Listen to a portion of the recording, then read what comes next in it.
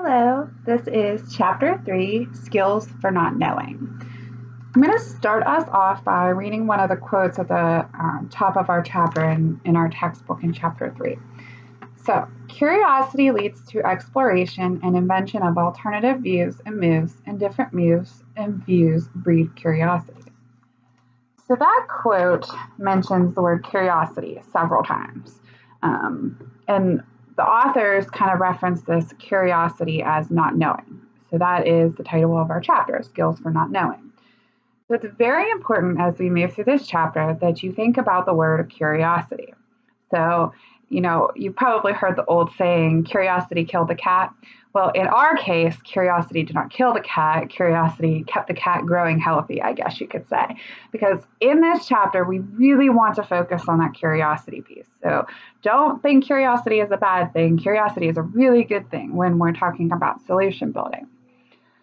What we are doing is almost playing like the role of a detective. You want to keep asking questions and you want to keep getting to know more and more about your client or more about the reason why they're there for you. An important way to kind of get started with doing this is you have to set aside your own frame of reference. So you have to put your own thoughts and your own views aside. Well, that sounds easy, doesn't it? It's actually a lot harder than you think, because oftentimes when we're even in conversation with our family and our friends, or, maybe if you're already working in the field, you may find yourself doing this, but we have that tendency to have like that initial quick judgment on someone. And we have to throw that out the window because that is not going to help us in solution building. So what we typically tend to find ourselves doing is something called filtering the message.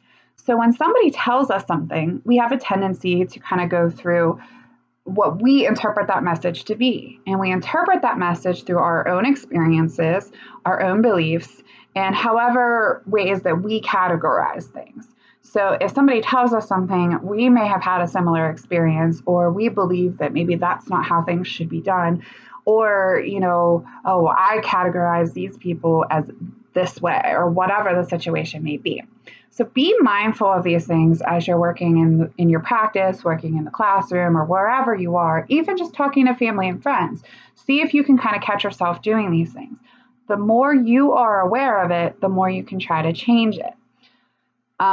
Again, curiosity. That's what we're focusing on. This definitely can be learned. It is a lifelong process, though. So it's going to take change on your part to be able to work towards it. So we're going to try something. I know we're doing this video-wise, but so think about what I'm about to tell you and think about what your initial thoughts are. Someone comes to you on probation for a DUI and tells you that they have been spending all of their time in the bar lately. Think about what initially comes to mind when that person tells you that. This is how you filter your message. This is what your initial thoughts are. Now try to go back and think about that same situation again. Someone comes to you, they're there on probation for a DUI, and they've been telling you that they've been going into a bar lately. How can you think of that curiosity? I made that word up, but it'll work. How can you think of that in a curious state of mind? How can you think, okay, I don't want to base this off of my own experiences or judgments, but I want to think, okay, so why is this person going to the bar? That's kind of the thought process you want to start doing.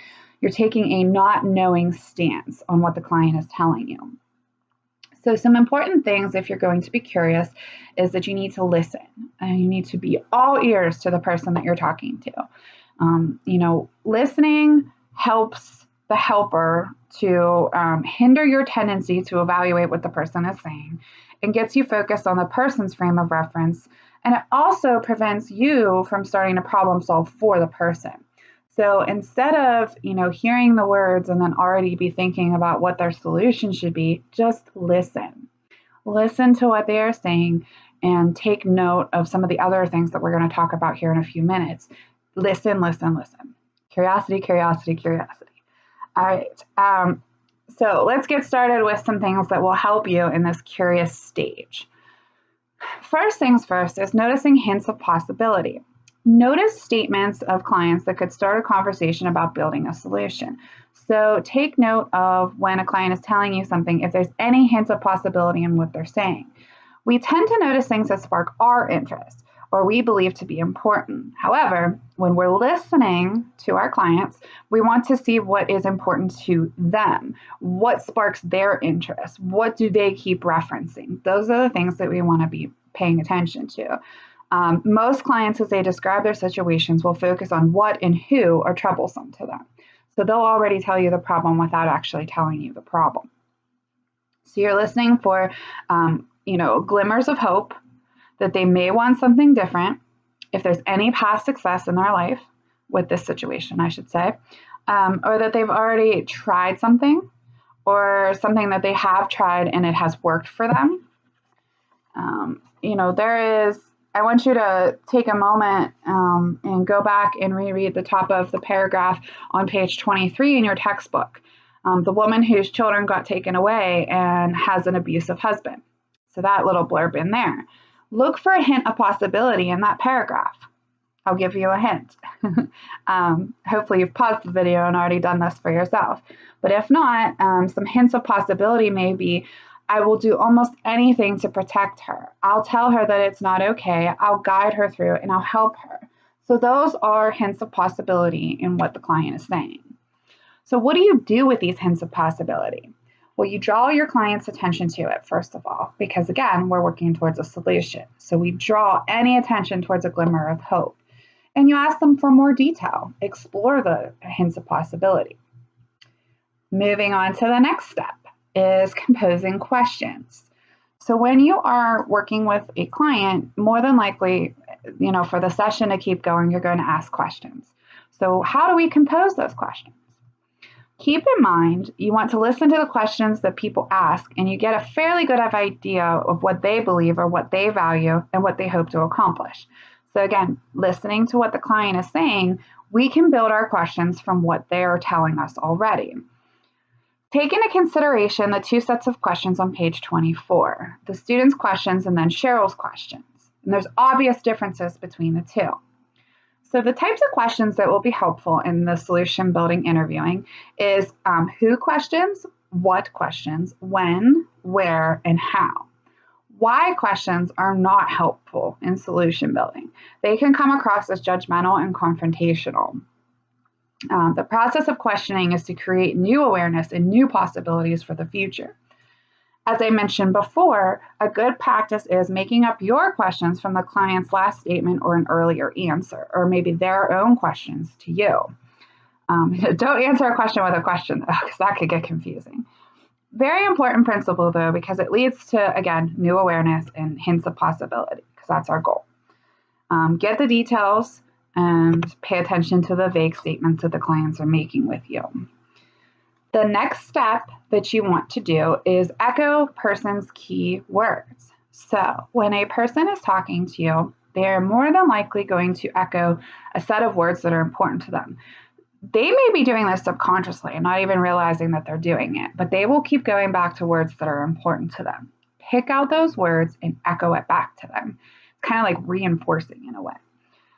Keywords are those that clients use to capture their experiences and the meaning that they attribute to them. Also pay attention to the words the client repeats. These are important. So if you are working with someone and they say, I can't stand the stress in my life. This stress, I have this stress, I'm stressed every day.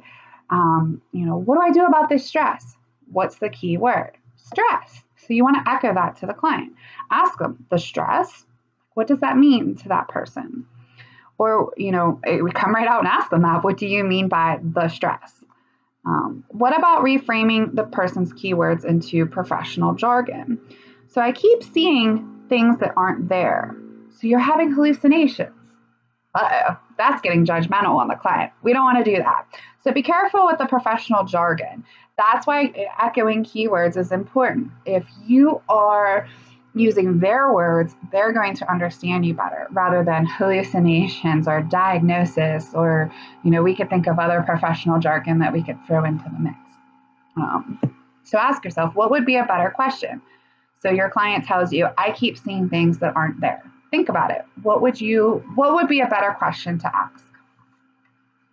Get your mind in that stage.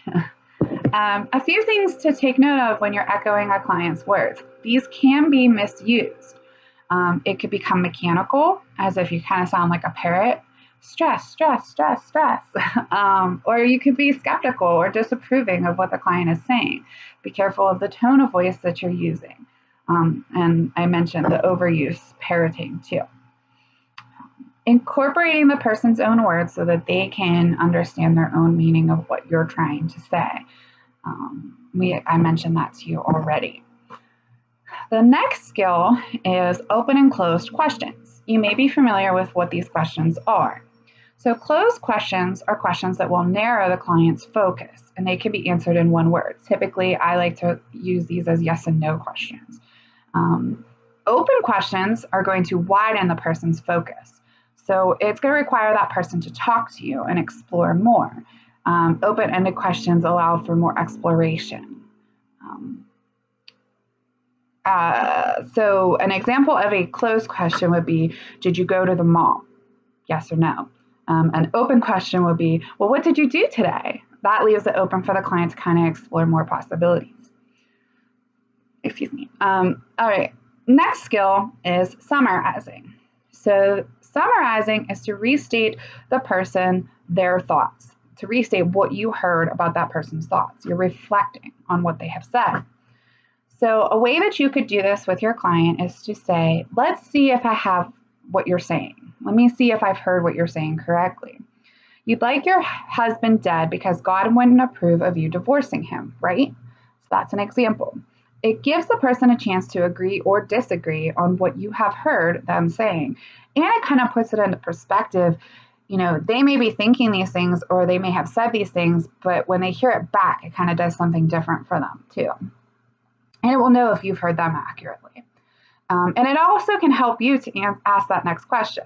Remember, we're building off of what we've already started. So if, you're talking about this person saying that they would like their husband dead because they can't divorce them, okay, well, you could build the next question is, okay, what, so you're saying you can't divorce your husband because of your religion. You might be able to explore more areas there too.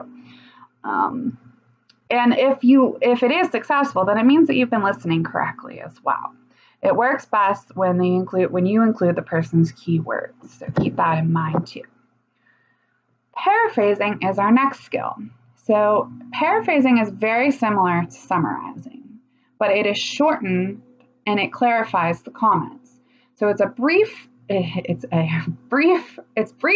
than summarizing, and you don't interpret that person's train of thoughts as much.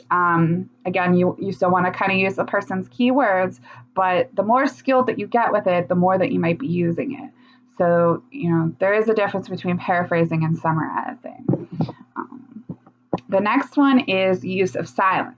This is probably my least favorite one. I don't know why, but I don't do well with silence. I feel awkward and uncomfortable with silence. But as you grow as a practitioner, you may get better with this. Or you may already be well at, doing the whole silence thing. So silence kind of sums it up. You want to stay quiet and the person will talk. At least that's the assumed thought that will happen. For example, what if they say that's a tough question? You ask them a question, they say that's a tough question. Don't ask any more. Don't add any more comments. Just stay silent. Let them build on it. I struggle with that because I want to keep exploring more. I'm too curious, maybe, if that's a thing. But, and again, as I mentioned, silence can be awkward and uncomfortable, but silence is also very beneficial in the therapeutic world. So, another thing you could keep in mind is, what if you feel it is not productive to maintain the silence? So what if you've been sitting there for a few moments and the silence doesn't seem to be productive? You could ask what it means as to why the silence is happening and why they're not talking. So say, for example, they say, well, that's a tough question. And then they don't answer any more to that. You could say, well, I noticed that you've been quiet for a few moments. What's making you not want to talk to me, or what's making it uncomfortable to keep going? Those are some things that you could kind of work with silence. Also, some things to keep in mind in this category is the nonverbals of you and the nonverbals of your client. So the nonverbals of the interviewer, this is on pages 34 and 35 of your textbook too, is the tone of voice, their eye contact, your eye contact rather, occasional head nodding, varying facial expressions, smiling when appropriate, maybe hand gestures. I don't know if you've noticed, I talk with my hands a lot. Sitting close enough but not too close, leaning toward the person, and speaking slowly enough. Keep in mind that you do a lot of this subconsciously. So you may not realize that you're doing some of it, but you want to be aware of it. But don't focus too much on it, because then you might look really awkward when you're trying to work with your clients. If you're thinking, okay, am I making eye contact? Is my tone sound okay? Am I leaning in close enough? Don't worry too much about it. Kind of get into your own flow or your own groove, but be mindful of it at the same aspect too. I promise this will all make sense the more that you work on it and the more that you practice it. If you are listening intently, your nonverbals will follow. And be mindful of your person's nonverbals.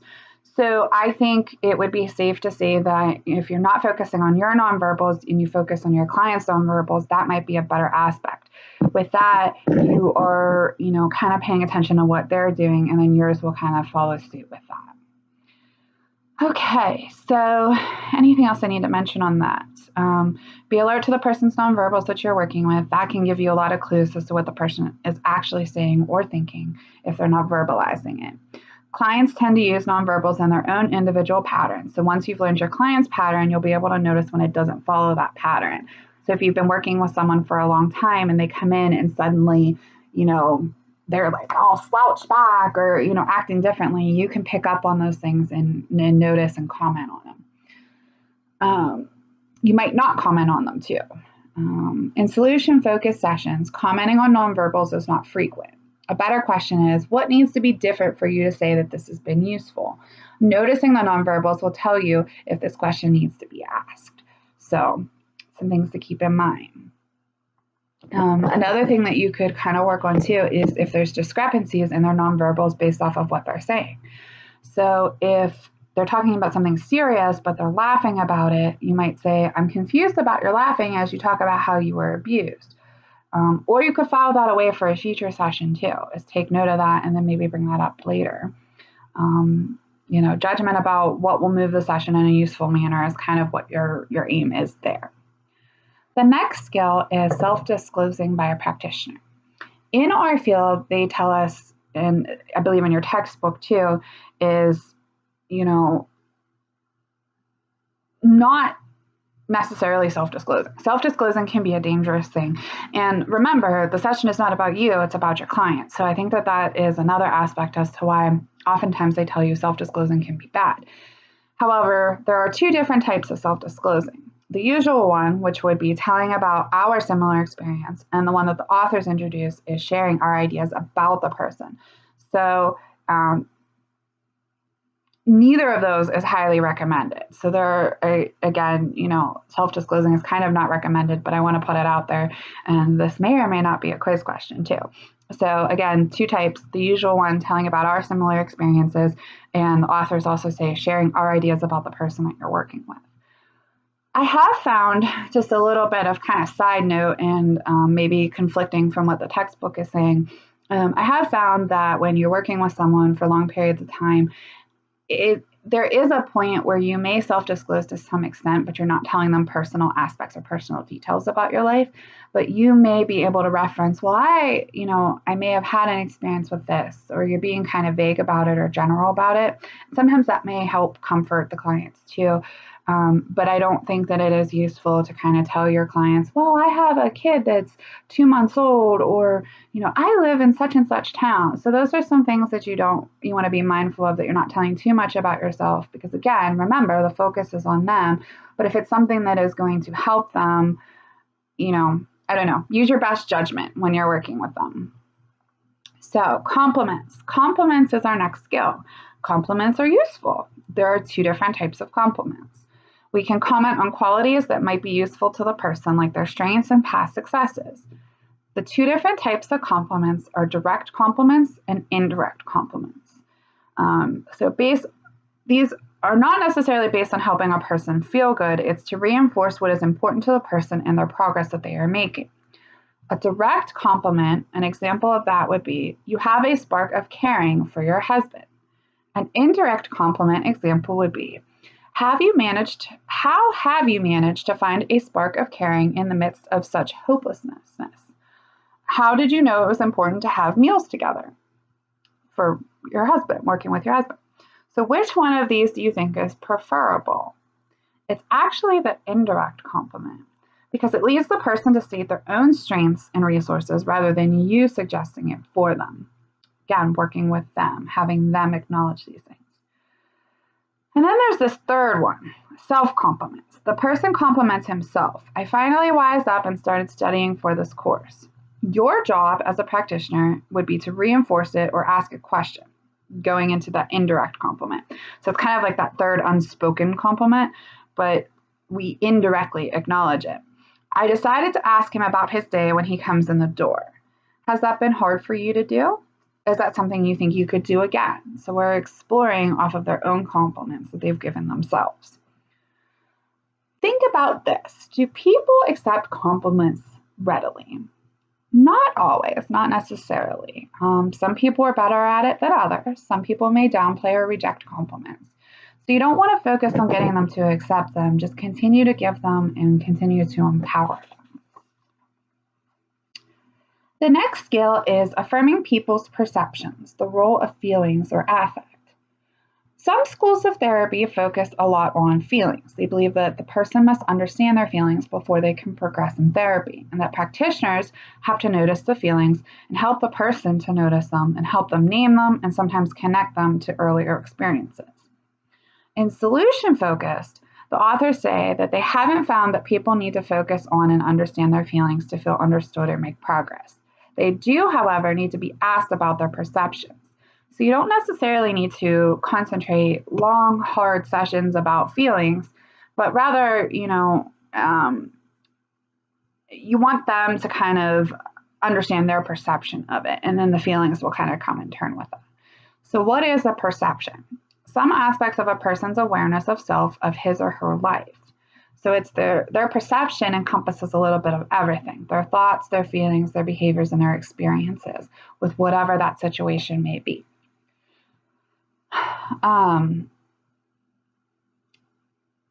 So think of a perception that you may have had today. Again, a thought, a feeling, a behavior, or an experience.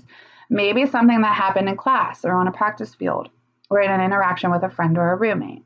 Are your thoughts, feelings, behaviors separate, or are they all mushed together? Usually our perceptions are holistic or all part of a whole. So perceptions are experienced through your thinking, feeling, or intuition. How do we find out more about these perceptions as practitioners? We ask the person to describe what they think. In other words, it's the person's experience, and it is expressed through their lens, through their perspective, their frame of reference, the concepts that people use to give meaning to their experience. So I'm going to read an example for you. Leslie, her wish was that her husband Tony was dead. So I asked, what do you mean you wish he were dead? We're getting our perception. And you discover through her lens. It's the only way out I can see as a Christian. And his. It's good to express what you feel, and that frees me too, rather than she wants to kill me in my sleep. That is the husband's perspective. What do people need beyond being asked? They need an affirmation of their perceptions, that the practitioner understands how they think, feel, act, or experience life. There is an example in your textbook on page 41 about a young prostitute who was dying of AIDS. You can reference that too. Leave that at that. Okay. How do we affirm perceptions? We might nod, our nonverbals, or short verbalizations. You might say, sure, yes, things like that. Or a statement. I can sure understand why you would want to, whatever the situation is, or whatever the perception is. So feelings are important, but not as important as thoughts, attitudes, beliefs, and behaviors. Experience person holistically as possible and affirm their perception. So acknowledge their perception. Do you always affirm people's perceptions no matter what? How about the sadistic person or the manipulative person? Wouldn't affirmation lead them to do whatever it is that they're sadistic or manipulating? Come from a not knowing stance when you're working with a person like this. What's happening in your life that tells you that? What would be helpful in this situation? How would doing it be helpful to you? So how would killing so-and-so be helpful to you? It sounds crazy, but you're trying to get their perception on it so that you can kind of build a better solution. Does it work? If you decided to do that, what would be different between you and your whoever? What would be different between you and the courts? You are exploring what is motivating or driving the person to make such a statement. So you don't want to encourage them to act on the statement, but you want to see what is making them think that way or why they want to do that. I can understand how you might feel like hitting your child, even though you are saying it doesn't work for you. Usually a person's going to relax after you've explored that with them, and they will kind of work with you to find less extreme possibilities. The next skill is natural empathy. So empathy is when you explore and experience the person's sense of his or her experience, while keeping the awareness that the person and you are separate, without getting bound up or stuck up in it. More than understand with your head, understand from the heart too. So you want to try to understand that person's experience as much as possible as if you were living in that person's shoes. There also is a difference between empathy and sympathy. Sympathy is feeling sorry for someone. Authors say that having the same feelings and concerns as the person is sympathy. I disagree. I think it's feeling sorry for the person, but because I think if you go along with the authors, I think it kind of confuses things. I like to keep things simple for my own understanding, but empathy is having those feelings, being able to understand those feelings. And I think when they say having the same feelings and concerns as the person is sympathy, I think that confuses with empathy. But either way, whatever works for you to understand the difference. But there is a difference between empathy and sympathy. They are both important. Empathy, again, is important. Research shows it is positively related to a person's satisfaction with the relationship with the practitioner. But it's less important when progress is measured objectively. So the authors advise that you listen in a way that is natural for you and irrespective of the person that you're working with. So you want to nod your head, verbalize, paraphrase, summarize, respectful silence, compassionate tone of voice, a combination of all of the above and all of the skills that we are talking about here today.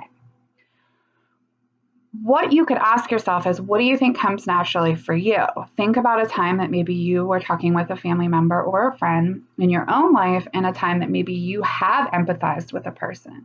I'm sure at some point in your life you have empathized with someone. So think about that time. Do you have a sense of what you tend to do when you empathize with a person? If you don't know, try to be aware of it this week. Take time to kind of think about your interactions with people and think about if you are empathizing with someone. All right, next skill is normalizing. So I like to look at this as leveling a client's playing field. So sometimes when our clients come to us, they may think that they are at one extreme or the other, and they're not in the middle. What we want to do is kind of bring them in and level that playing field for them. So some ways that we can normalize their situation, would be a practitioner question. So from the example in the book, would you say that what he has been doing is normal for a teenager or not? So, a client comes in, they're talking about their teenager. You want to ask them if they think that that is normal or not. This is best for a beginner. It runs the least risk of sounding like you're minimalizing. That sounded weird when it came out. Minimalizing their concerns. Another way that you could do this and normalize the playing field would be practitioner observation. You could say, well, he is a teenager and their job is to test the limits. So that is your observation. However, again, be aware that you could sound as if you were minimizing. That sounds better. Minimizing the situation. Of course, you don't want to minimize the person's concerns. That is something you don't want to do. And you want to focus on what the person wants to be different. You always want to help them do this. Always want to focus on what you helping them know what they want to be different. So for example, the parent learning how to respond without blowing things out of proportion, or learning to connect in a better way.